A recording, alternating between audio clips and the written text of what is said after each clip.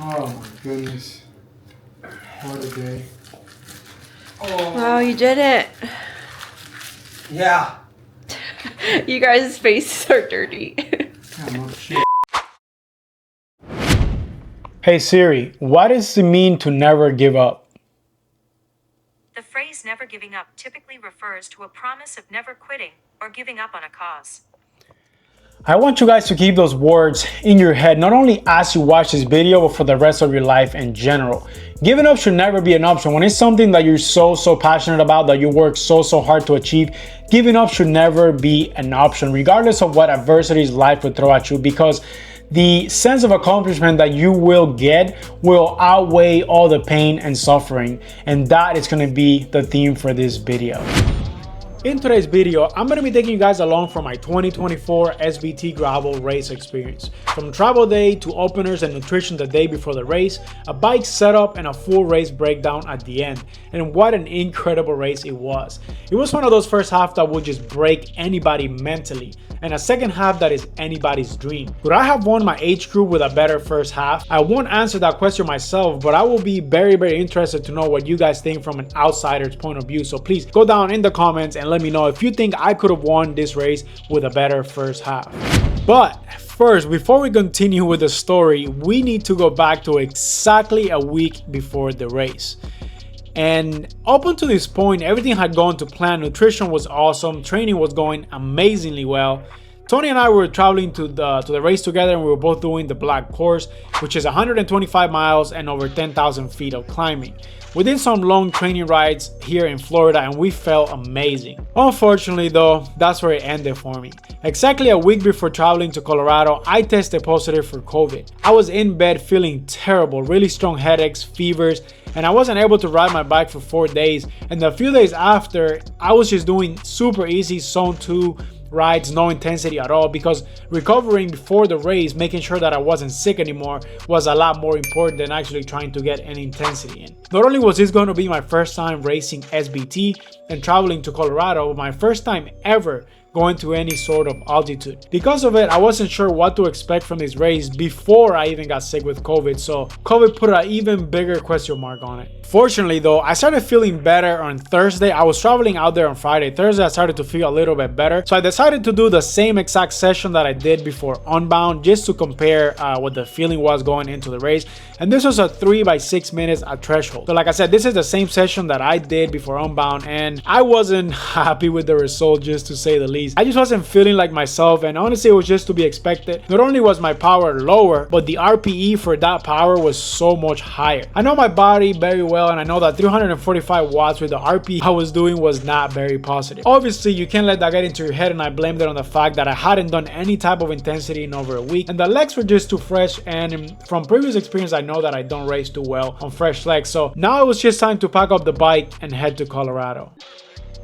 Travel went as smoothly as it could have gone. Florida to Dallas, Texas with a few hour layover, and Texas to Vail, Colorado. After getting all of our luggage and the rental car, it took about an hour and a half drive from Vail to Steamboat. What a beautiful place to drive through, just absolutely stunning. Driving through all the huge mountains is just so different than what I'm used to here in Florida. Just as we drove and got up to around 8,000 feet of elevation, I could already tell that the difference in oxygen availability was huge. The Airbnb the team had for us was also amazing. Beautiful views to the mountains and ski lifts. Even before getting out on the bike, I was already so excited just to be here. With only an hour of daylight left, we assembled our bikes in the parking lot and finally got out for a very quick spin. Beautiful roads, and it was either up or down, no flats at all. We rode for an hour and only did 13 miles, but with 1,500 feet of climbing, which was pretty crazy and really unheard of here in Florida. Saturday's plan was very simple. Get out for some openers, go to the expo so Tony could buy some last minute things he needed before the race for his new bike, pick up our race package and numbers, and just chill for the rest of the day and eat as much carbs as we could. Riding here was absolutely beautiful. All the way to the expo was on this beautiful bike path, just completely away from traffic. That is something I saw for the first time when I traveled to California for Sea Otter weekend. Definitely is not something that we have here in Florida where I ride at, but it would be really nice if we had something like that. As we were getting closer to the Airbnb, we saw this very cute family on the side of the road with a lemonade stand, and we obviously had to stop and just show our support. This is awesome. Where are you here from? We're from Florida. Oh, cool. Yeah. Nice, nice. Here you go. This gentleman here. Thank you, buddy. I appreciate it. How about this? Whoa, thank you. Wow. Wow. You guys can get a refill too. Thank you. We Appreciate it. Thank you. Yeah, yeah. Yeah, thank you for being out here. No, yeah, it's fun for us. That's awesome. Yeah, these guys love it. So. Yeah, that's amazing. Yeah, yeah. Oh, thank you. Thank you. Yeah. Wow, this is delicious. Who made Thank it? you. Who made the lemonade? Who made it? You did? Wow. Wow. This was the perfect treat for us. Ah, can ride another 2 hours now. Right? Yeah, yeah. Keep on going, huh? You're gonna give us all that money I too? love the colors.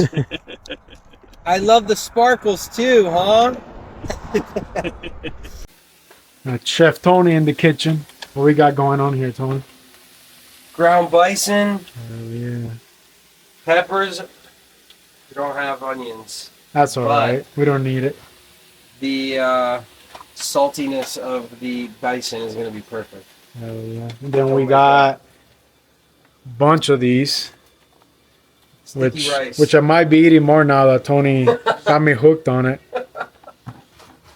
And of course So we got we got the Haribos. That's It's race fuel right there. yeah, cooking fuel. I just grabbed like 3 or 4 of them. Yeah, that's it. So I'm looking at carbs, eating carbs. Look, there's even another one right here. And there's more in my bag too. It's never stopping.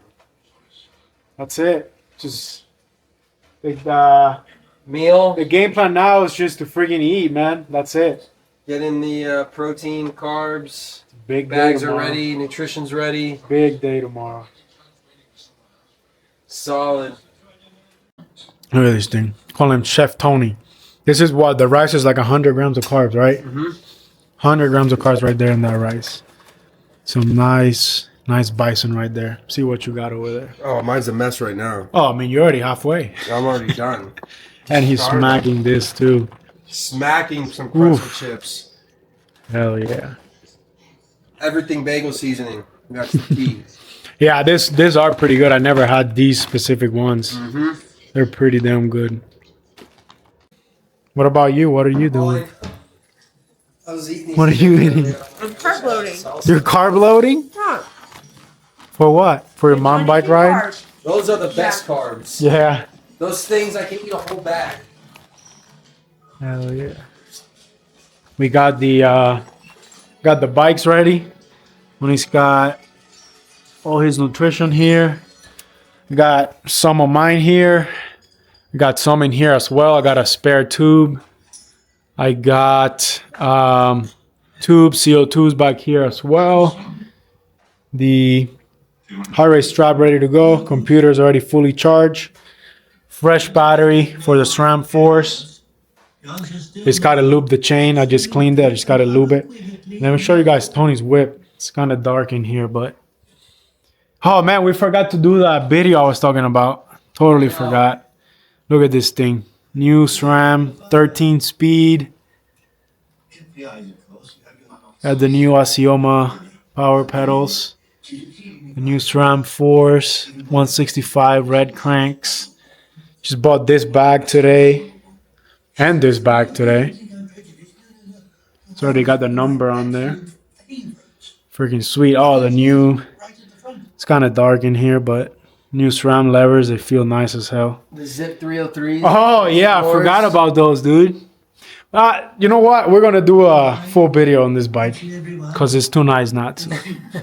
Well, all right, Tony, give me, what do you think about the bike? You already rode it for like 30 miles today, like, what was it, like 12, 13 yesterday? Yep. Not much gravel on it yet, but what do you think? Love it. It's absolutely incredible. Rides like a road bike. Same feel as my Alez Sprint. So 38 on the handlebars. And I went with the road style instead of the typical gravel. Let me get the handlebars. Get this thing super narrow. It's not freaking light in here. No. I'll get a better video outside of it, but. And what do you think? That thing weighs like, that's so size 52, right? Size 52. So that's what, like 16, 17, not even And have 17. you come in at Or like about 16. That's and what then I'm probably thinking. with everything loaded on Yeah. right now is sitting at 18 or 19. Friggin' sweet, dude. Those friggin' sips, probably the standout part of it. Super stable when we were descending today. At like 50 miles an hour. Yeah.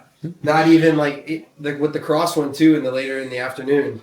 It didn't do anything. It didn't wobble. I had awesome. nothing. No speed wobbles. Everything was just spot on. So praying for a fast one tomorrow. That's it. Yeah. Hell yeah. 13 speeds is nice, but when you're in the hurt locker, you're not counting. It doesn't matter how many gears you have. You're still going to try and find more gears tomorrow. I'm still going to click over and be like, man, why didn't they do 16? And your computer's going to be beep, beep, beep. Yep. You're all the way at the end. But yeah, no, I'll get a better video of it outside because it's just friggin' beautiful bike. It's an MV mod. I don't know. I mean, you can't tell. I mean, if you know bikes, you can tell, but it's all covered up with the bags. But it's an MV mod. Sweet. Race day for us started at 4 a.m. with as many carbs as possible for breakfast. We decided to ride our bikes to the start line and use it as our warm-up. It was pretty freaking cold, around 50 to 55 degrees, but with 45% humidity, it definitely felt cooler than that. What we didn't account for was the fact that it was still dark out and we had no light. So the whole way there, I was using my phone's flashlight as a headlight, which wasn't bright enough at all. Standing off, Steamboat Gravel, big time bike racing back here in Colorado. After sitting at the start line for about 30 minutes just freezing my butt off, it was finally go time. I knew the race was going to be full gas, especially because we were starting with the pros, but I needed to be smart and not blow myself up in the start and pay for it later. As I said before, I had never in my life been to altitude before, and that was very much in the back of my mind the whole time. I wanted to stay towards the front and try and stay away from any crashes, but also I didn't want to spend too much energy trying to get or stay there. The race was full gas just like I thought it was going to be, and I believe I did a great job of just staying calm, taking it as easy as I could on the climbs while trying not to lose too many places, but definitely taking advantage of the descents. We hit a few climbs along the way, and honestly, I was very surprised. I was feeling really good, but at the same time, I didn't want to get carried away because we were only an hour into what I had estimated to be a 7+ hour race. The first big test was coming at mile 22 or so. That was a 4-mile climb with pitches close to 20% at the end of the climb, and not knowing exactly what the surface looked like at those points made it even scarier. This is where things started to go wrong for me. I have made a terrible gearing choice for this race. I went with a 1x and I used a 48 teeth front ring and a 1044 rear cassette. This is the same setup that I used for Unbound. The difference was that Unbound had steep pitches, but the difference was that there was nothing longer than maybe like 3 minutes, which is not the same at all at SBT, as you'll see here in a bit. Now, to be fair, there wasn't much info about this course out there. This was a completely new course for this year, and well, I'm from Florida and I know nothing about climbing, and mind you, this was on gravel. The last 1 kilometer had pitches up to at least 18 to 20%.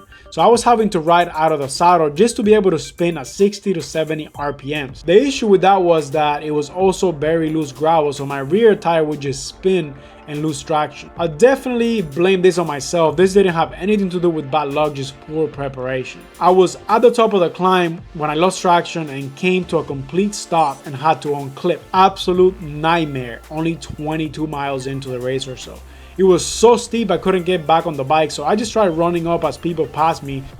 They were just sitting on the saddle spinning at easy cadence with their Eagle mountain bike cassette setup. I was able to ride every other climb just fine along the way except for this one, and I was using a 48-44, so 48 front, 44 rear was my easiest gear. So ideally, I think I would have kept, if I would do this race again, I would keep the 48 front, but I'll definitely do an Eagle setup in the rear with, I think it's like a 10 to 52 cassette. Even at Unbound, that's what the pros were running. You can see Tony here, he had a 46 front, but he had the 13 speed with a 10 to 48 rear with the new 13 speed SRAM, and he was able to just keep riding. You can tell that he's really pushing hard, but he manages to stay with the front group as I'm having to walk. You can see Matt Beers here, he passes me. I mean, you can even see that he's using an Eagle rear setup. I don't know what front he's running, but the dude is an absolute watt bazooka. On a Trainer Road podcast, he said that in Training Peaks, his FTP is set at 480 watts. He didn't even say that that's his actual FTP.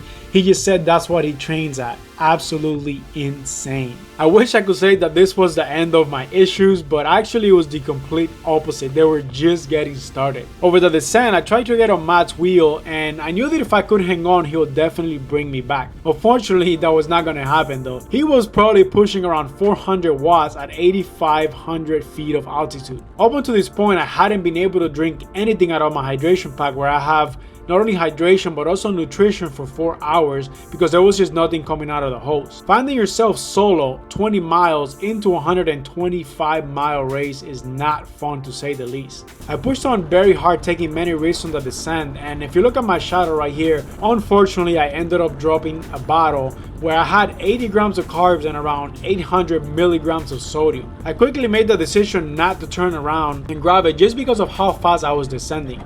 That meant that all I had left at this moment was just a hydration pack that wasn't working at all. A bit later, I caught this girl here. I know she's from the pro field, but unfortunately I just can't remember her name.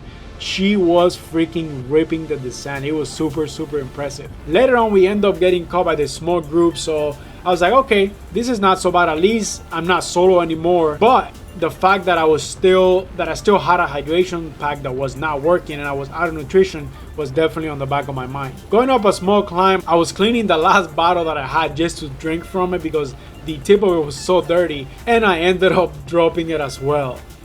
I know, it's yeah, but this time though, I knew I couldn't afford to keep going because that was all I had left. So I turned around and grabbed it, once again completely solo. Once I got the bottle and I drank whatever was left, and I was only around 40 miles in or so, I was completely out of liquid carbs and hydration. At this point I knew that if I didn't stop to fix my hydration pack, I was gonna bunk so hard. The finishing was just going to be impossible with around 80 miles to go still. So I decided to not completely stop, but just ride as slowly as I could without losing a lot of, obviously if you stop you lose more time than if you're at least still moving slowly. And I took the hydration pack off while I was riding the bike just to see if I could fix it. Fortunately, I was able to, and the issue was that I didn't plug in the hose all the way. Lesson learned for sure. Always take a sip of your hydration pack before the start. It was so damn cold though at the start that I just didn't even think about that at all. If you think that was the end, you are so wrong. This whole time I had the worst back pain. It was just I had to be out of the saddle every other minute and just kind of stop pedaling on the descents just so I could recover. And it was just so hard to push power. This is something that I'm still honestly trying to figure out myself, because I had a bike fit and everything, and I honestly can't figure out why this is happening. But at Unbound it was the same thing, and it was just so weird because it'll be there on the first couple hours, but then it'll just go away on the second half of the race, which honestly makes no sense. I will forever have this memory in my mind. I will probably never forget it. At this moment I was in such a dark place, completely solo, terrible back pain, going less than 10 miles per hour. Done just a pretty long climb, and I finally get to the top and I told myself, okay, let's just enjoy the descent now, and instead I find this freaking BS. Guys, this is going downhill, but it was so soft and sandy that if you don't pedal, you're literally going nowhere. At this point, I was just doubting every decision I made. Like, why am I even out here?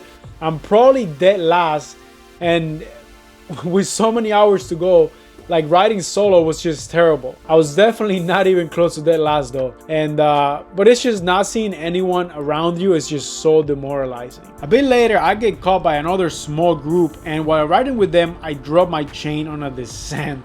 It's just freaking nightmare. Like, I was just destined to ride on my own for this whole freaking race. Fortunately, this time it was a quick one and I was able to rejoin them. Unfortunately, that was not the case on the next chain drop with the same group. That one was so tangled up, I thought I snapped my rear derailleur. Luckily that wasn't the case, but it took minutes just to get this fixed, and I was never able to get back to that group again. And while I was on the side of the road, really pissed off trying to get this chain untangled up, I think I got passed by at least 40 plus riders. I believe at this point I was almost 200th place. I got moving again and caught up to one of those groups which started to get smaller and smaller. As we approached the biggest climb of the race, I believe this one was like 10 miles long according to Garmin Pro, the group just started to get smaller and smaller. And at one point, once we were already on the climb, it was pretty much just me and another rider, and then just me shortly after. I started the climb and I went over the timing mat 160th place exactly and 24th in my age group. So I was 160th overall at mile 67 and 24th in my age group. I knew this was going to hurt, but I got my head straight, and honestly, I just had to talk to myself, and I just told myself, like, I didn't put all those hours in training just to show up here and quit when things just don't go my way or when things just get hard. I changed my mentality completely. You know, just a few hours before, I was in such a dark place, so I was happy that I was able to change my mentality around. I was so surprised how good I was feeling. Just going up this climb, I was passing riders non-stop. At this point, the camera was already dead, so unfortunately I don't have any footage of that, but it was literally the best feeling ever. As riders were just fading or giving up because things were just so hard, I was just feeling better and better as the miles ticked on. By mile 105 or so, after the long climb, still riding solo, but on an absolute tear, I caught up with Tony, who was also solo at this point. Unfortunately, he got detached from the front group on the long climb. It made me sad to see him, but at the same time, it motivated me because I said, alright, if we can work together, we should be able to catch back up. Once I finally got up to his back wheel, I just gave him a butt slap and just told him, let's freaking go, Tony. We don't ever give up. We never give up. We didn't just make it this freaking far to give up now. It was honestly a very emotional moment. I wish the camera still had battery and I could have recorded it, but I was still on an absolute tear of a pace. So we worked together for a bit and we could see huge groups ahead of us. As we made some passes, we approached what was probably the last climb of the race, or the last hard climb of the race. It was around 1.5 miles long but very steep. This was a road climb. Luckily it wasn't on gravel because it was really steep. I was still so motivated and feeling better and better. I flew up that climb. Took me around 6.5 minutes at a power just under 290 watts normalized at 8,000 feet of altitude after almost 7 hours on the bike. Unfortunately, at that point, that pace was just a little bit too much for Tony, and he made a smart decision to just keep his own tempo. I continued on passing riders, and I was just see groups and I was just chasing down. I made it to the line in a time of 7 hours, 12 minutes and 14 seconds in 113th place overall, including all the pros, and 5th in my age group. This might not sound like much, but when you actually analyze the numbers like I did, because obviously I'm just a numbers nerd, so at the finish I was only 2 minutes from the rider in 3rd place and 1 minute and 20 seconds from the rider in 4th place. So I'm using 3rd place as an example because that is the first spot on the podium. You know, it just would have been freaking sweet to get a 3rd place. I did a deeper dive into it, and looking back at our times, once we went over the 67 mile timing mat before the big climb, I was 13 minutes behind 3rd place. So that means I made up around 11 minutes riding solo pretty much the whole entire time. For the whole race, I had a normalized power of 230 watts, which for me is around 3.2 watts per kilo at an average elevation of 7,500 feet. And my first time ever being at elevation, and just after having COVID a week before the race, and with all the issues I had in the first half. So for example, at Unbound, which was not out at elevation, I had a normalized power of 240 watts for 10.5 hours, and for 7, which was the same duration as this race, I had around 250.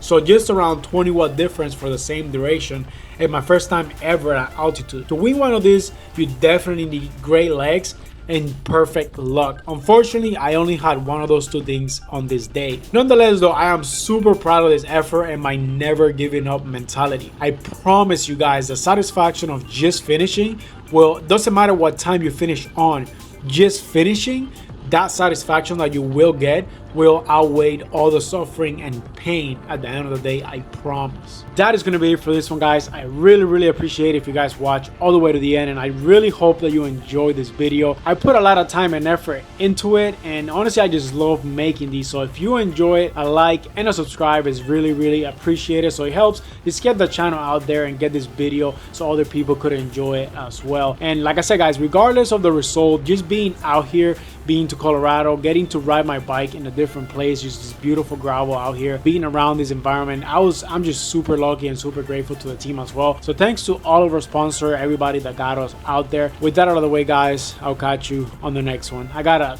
really cool content coming, so stay tuned.